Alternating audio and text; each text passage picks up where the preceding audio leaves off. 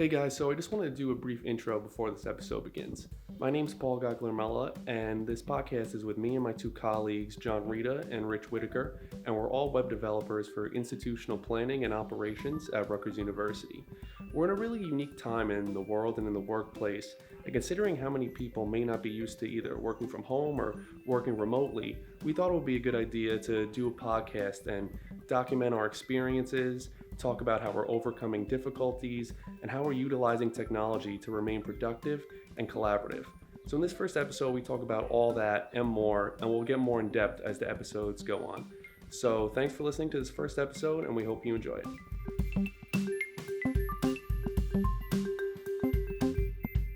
All right, so let's talk about our first topic. So Rich, how have you been managing your workspace since this has started? Because I would imagine for a lot of people, it's not like they have their own private office in their house where they could just go to and do their work there. Most people don't have that luxury. So how have you been creating a workspace?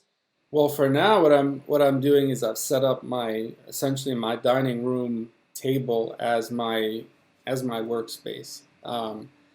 What that allows me to do, my wife is also working from home, so we have really one extra bedroom that she's able to set up as an office. So maybe at some point we'll switch. But I also have three kids here who have schoolwork to do, so I have to sort of be able to have access to them as well.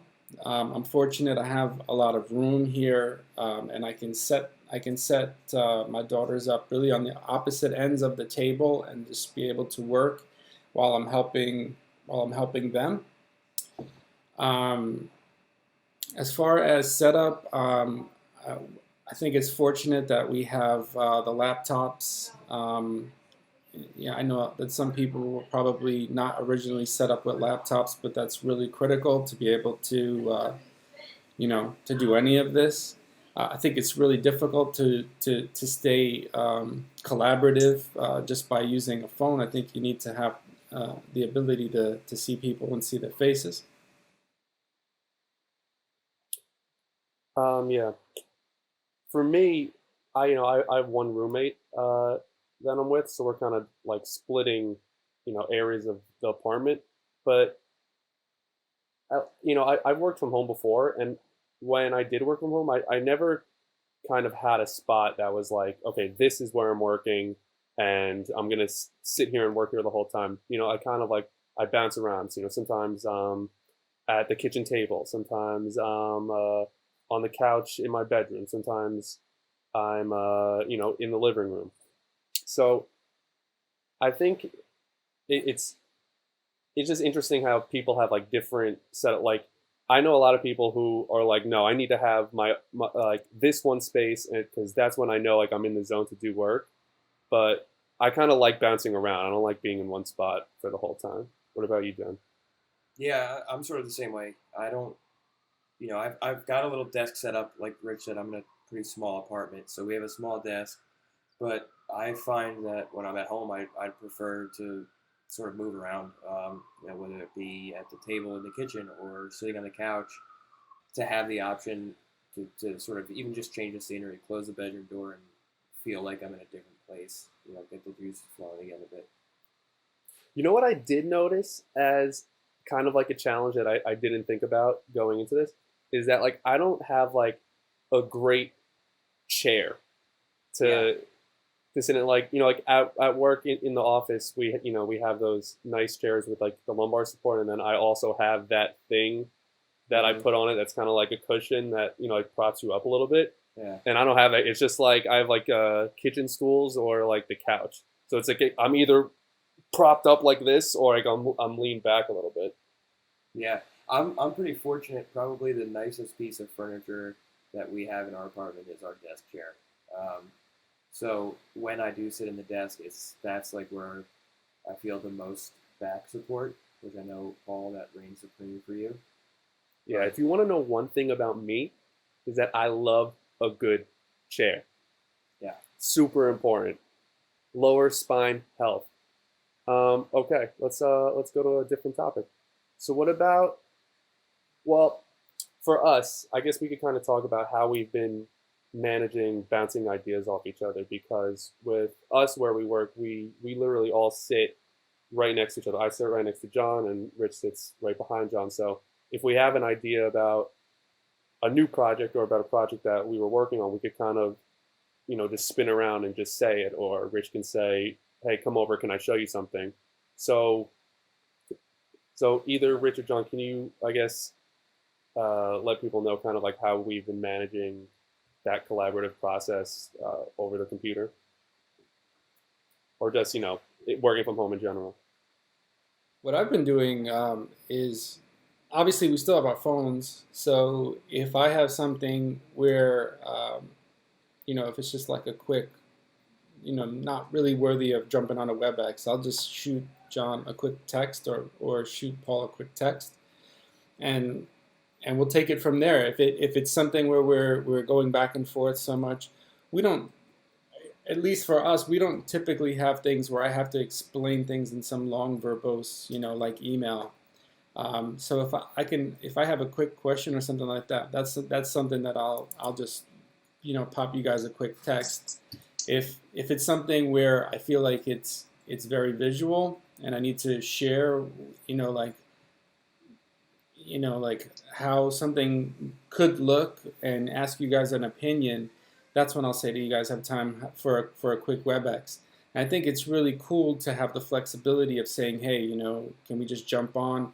There's always the option of those scheduled WebExes for meetings and things like that, but I feel like it's much more of a useful tool if you have that ability to just say, hey, can we jump on real quick? And you just jump on for 5 minutes, show the other person what you would be showing them if they were sitting over your shoulder, and then discuss it right there on the WebEx. At least that's the way I've been approaching it, and it seems to be pretty seamless.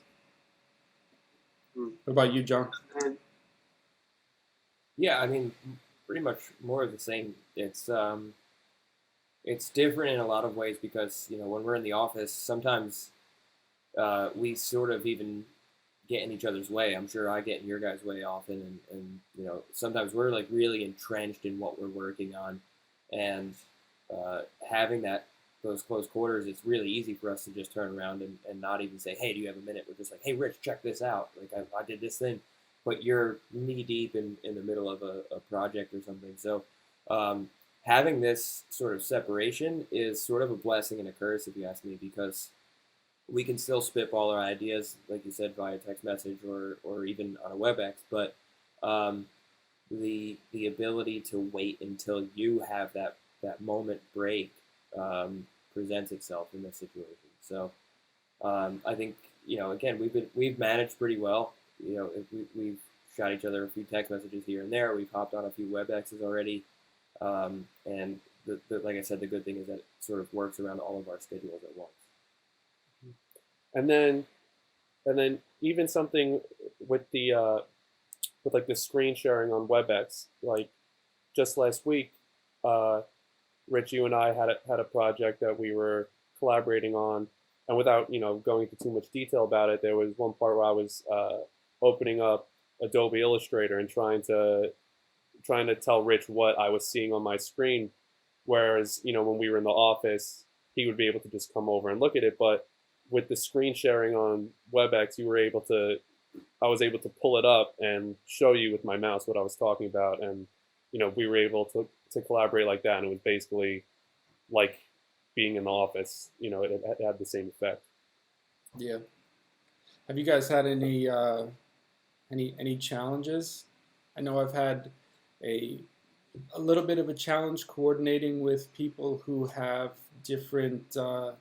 Not so much within our group, but when I'm dealing with UHR, for example, I noticed that some people finding that arranged time when we could all discuss the same thing has been difficult because everybody obviously has their own things that they're working on.